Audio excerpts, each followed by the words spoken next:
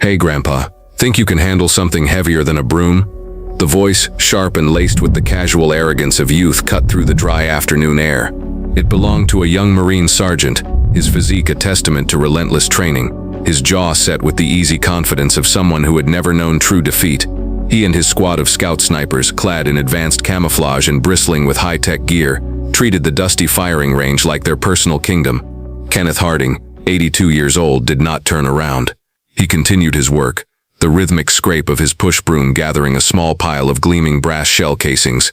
His movements were slow, deliberate, each one possessing an economy of motion that spoke not of weakness but of a deep ingrained patience. He was a small man, stooped by age, with hands gnarled by time and a face etched with the fine lines of a long, hard life.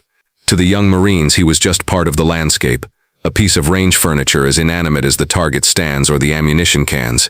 The sergeant, whose name tag read Thorne, exchanged a smirk with his men. "What's the matter, old-timer? Cat got your tongue?" Another Marine, younger still, chimed in. "Careful not to sweep away your pension, Pop." A ripple of condescending laughter followed. Kenneth paused his sweeping not to acknowledge them, but to carefully work a stubborn casing out from under the leg of a shooting bench. He moved with a quiet dignity that seemed to infuriate the young warriors. Their world was one of noise, of explosive action and shouted commands. His silence was a language they didn't understand, and they interpreted it as a challenge. Sergeant Thorne stepped forward, his boots crunching on the gravel. He was used to being the center of attention, the alpha in any pack. The old man's complete lack of reaction was an affront. "I'm talking to you, old man. This is a live fire range. You need to pay attention." Kenneth straightened up slowly, his back protesting with a faint groan. He turned to face them for the first time. His eyes, a pale, washed-out blue, were calm and clear. They held no fear, no anger, not even annoyance. They were simply observant, taking in the scene with a placid detachment that further unsettled the sergeant. "I'm paying attention," Kenneth said. His voice was raspy, a dry whisper of sound that was almost lost to the wind. The simplicity of the response, devoid of the deference Thorne expected, pushed him further. He needed to reassert his dominance. This old man, this janitor, was a perfect foil. He would be the butt of a joke that his men would tell for weeks. Thorne gestured grandly to his own rifle, a masterpiece of modern warfare resting on a bipod. It was an M40A6, equipped with a Schmidt and Bender scope that cost more than a used car. "See this? This is a real tool. Not like that broom you're holding. Takes a steady hand, a sharp eye." He pointed downrange, to the furthest target, a small steel silhouette shimmering in the heat 1,000 yards away. It was a shot that challenged even his most skilled snipers, a test of skill, technology, and instinct. "Tell you what, Grandpa, we're about to take a cold bore shot. First shot of the day. The hardest one to make. You look like you've been around. Ever see a man hit a target that far out?" Kenneth's gaze drifted past the sergeant, his eyes settling on the distant target. He didn't squint, his focus was absolute. "A few times," he said softly. The answer was so understated it was almost insolent. Thorne's patience snapped. The joke was no longer enough. He needed to humiliate the old man. "All right, that's it," Thorne declared, his voice booming across the firing line. Other Marines engaged in their own training began to turn their heads, their interest piqued by the confrontation. "You're a real wise guy, you know that? How about you show us how it's done?" He unslung his rifle and held it out. "Go on, take a shot. Let's see what an old-timer can do. We'll even spot for you." His men erupted in laughter. The idea was preposterous. This frail old man, who looked as if a stiff breeze might knock him over, trying to handle a high-caliber sniper rifle. It was theater of the absurd. The gathering crowd grew, a mix of amusement and unease spreading through the onlookers. A young range officer, a gunnery sergeant, started to walk over, a look of concern on his face. He felt he should intervene, that this hazing was getting out of hand. But Thorne was a decorated sniper, a rising star in the community. The gunny hesitated, not wanting to cause a scene over what was probably a harmless prank. Kenneth Harding looked at the offered rifle. He didn't seem to see the advanced composite stock or the massive, powerful scope. His eyes were fixed on something else, a simple, almost overlooked detail. The rifle had a plain, well-worn leather sling attached to it. It was a personal affectation of Thorne's, a nod to an older, more traditional time. As Kenneth's gaze fell upon that strip of leather, the present seemed to melt away. The air, thick with the smell of cordite and dry dust, was suddenly replaced by the scent of gun oil and jungle rot, the cloying sweetness of decay under a triple canopy forest. The hard-packed dirt of the range softened into thick, sucking mud. He could feel the familiar weight of a rifle, not this new, perfectly balanced machine, but an older, heavier wooden stock. A similar leather sling, damp with monsoon rain and his own sweat, was digging into his shoulder. The memory was not a picture, but a feeling, a ghost of sensation. He heard a voice, young and strained, whispering in his ear over the buzz of insects.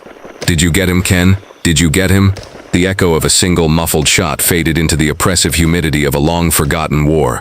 The vision lasted no more than a second. When Kenneth's eyes refocused, they were back on the North Carolina firing range. A flicker of something ancient and hard, something dangerous, passed through his gaze before being extinguished. He looked up from the rifle and met Sergeant Thorne's mocking eyes, and he gave a single slow nod. He would take the shot, high above the unfolding drama.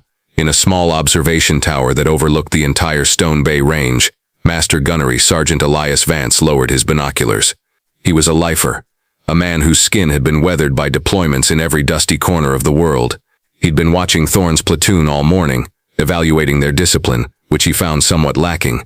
He'd seen them start to haze the old range hand and had been about to key his radio to tell the range officer to break it up. But then he saw the old man turn. He saw him walk towards the firing line, and Master Guns Vance felt a cold knot form in the pit of his stomach. It wasn't just the old man's age that gave him pause. It was his posture, the way he walked. There was no wasted movement. His feet landed with a quiet certainty on the ground. His shoulders, though stooped, were balanced. It was the walk of a man who had spent a lifetime moving without being seen or heard. It was the walk of a hunter. Vance raised his binoculars again, zooming in on the old man's face. The lines, the set of his jaw, the pale, steady eyes. A name surfaced from the deep archives of his memory. A name he'd read once in a classified briefing. A name spoken only in hushed, reverent tones by the old-timers when they thought no one else was listening. It couldn't be. That man had vanished 50 years ago. A ghost, a myth, but Vance's gut, an organ he had learned to trust more than any intelligence report, screamed at him that he was wrong. He watched as the old man took his place behind the rifle, as Thorne and his men snickered, their phones out to record the coming foolishness. He saw the quiet confidence with which Kenneth Harding settled himself into position. This was not a joke. This was a desecration. Vance fumbled for his cell phone, his fingers thick and clumsy with sudden urgency. He didn't call the base commander. He didn't call the military police. He scrolled through his contacts to a number he hadn't used in years. A direct line to a specific unassuming office at the Marine Corps Warfighting Laboratory in Quantico. The phone was answered on the second ring. "Doctrine and Standards. This is Master Gunnery Sergeant Vance at Stone Bay," he said, his voice low and tight. "I need you to run a name for me. Priority 1, active the Red Ledger Protocol." There was a pause on the other end. The Red Ledger was a code for living legends, for historical figures whose files were sealed for reasons of national security and institutional reverence. "Who's the name, Master Guns?" "Harding," Vance said, his eyes still glued to the scene below.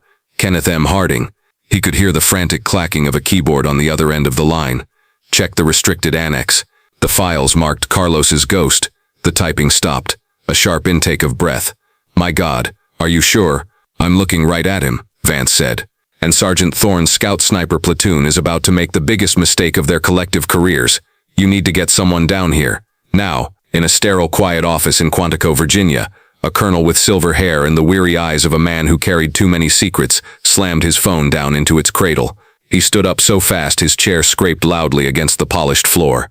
"Captain," he barked at a young officer sitting at a nearby desk, "get me the base commander at Camp Lejeune, General Morrison. On my desk phone now." "Tell his aide it's a broken arrow priority." The captain, wide-eyed at the use of a code meant for the most dire emergencies, fumbled with his phone. "Sir, what's going on?" The colonel paced the length of his office, his hands clasped behind his back. "Master Guns Vance just called from the Stone Bay range. He says Kenneth Harding is on the firing line." The captain's face remained blank. The name meant nothing to him. The colonel stopped pacing and fixed the young officer with an impatient glare. "Of course you don't know the name. You're too young. Your generation reads reports, we heard the stories. Kenneth Harding isn't just some veteran, son. He was a phantom in Vietnam. They called him the ghost of the Ashau Valley." He walked to his window, looking out but seeing a jungle 50 years in the past. He started as a standard line sniper with the 1st Marines. His record was so extraordinary, so unbelievable, he was sheep-dipped and recruited into MAC-V SO-G, a black unit. He worked alone or with a single spotter deep in enemy territory for weeks at a time. He was a protege of the great Carlos Hathcock himself. Hathcock taught him the art, but Harding turned it into a religion. The colonel turned back to the captain, his voice dropping. His official confirmed kill count is sealed at the highest level. The unofficial numbers are the stuff of nightmares and legends. After his third tour, he just vanished, took a quiet retirement, refused every medal ceremony, and disappeared off the face of the earth. We all thought he was dead. And now Master Guns Vance is telling me that some arrogant snot-nosed sergeant is treating him like a circus animal for the entertainment of his squad. The phone on the desk buzzed. The colonel snatched it up. General Morrison. Yes, sir, it's me. I don't have time to explain. You need to get to the Stone Bay sniper range immediately. I mean right now. Take your sergeant major with you. Sir, with all due respect, just go. I'm spinning up a Huey on this end. I'll be there in under an hour. He hung up the phone and grabbed his cover from its stand. Captain, you have the watch. Pray for those young Marines, because I'm fresh out of mercy. Back on the range, the universe had narrowed to the space between Kenneth Harding and the 1,000-yard target. The growing crowd, the nervous energy, the mocking faces of Sergeant Thorne's men, none of it registered. He was in the bubble, that sacred space of silence and focus that only true marksmen know. Thorne, oblivious to the storm of activity he had set in motion, sauntered over and clapped Kenneth hard on the shoulder. All right, old-timer, let's see what you've got. Don't hurt yourself. That scope might have a little kick. With a subtle, practiced movement, Thorne reached down and made a 2-click adjustment to the scope's windage knob. It was a small act of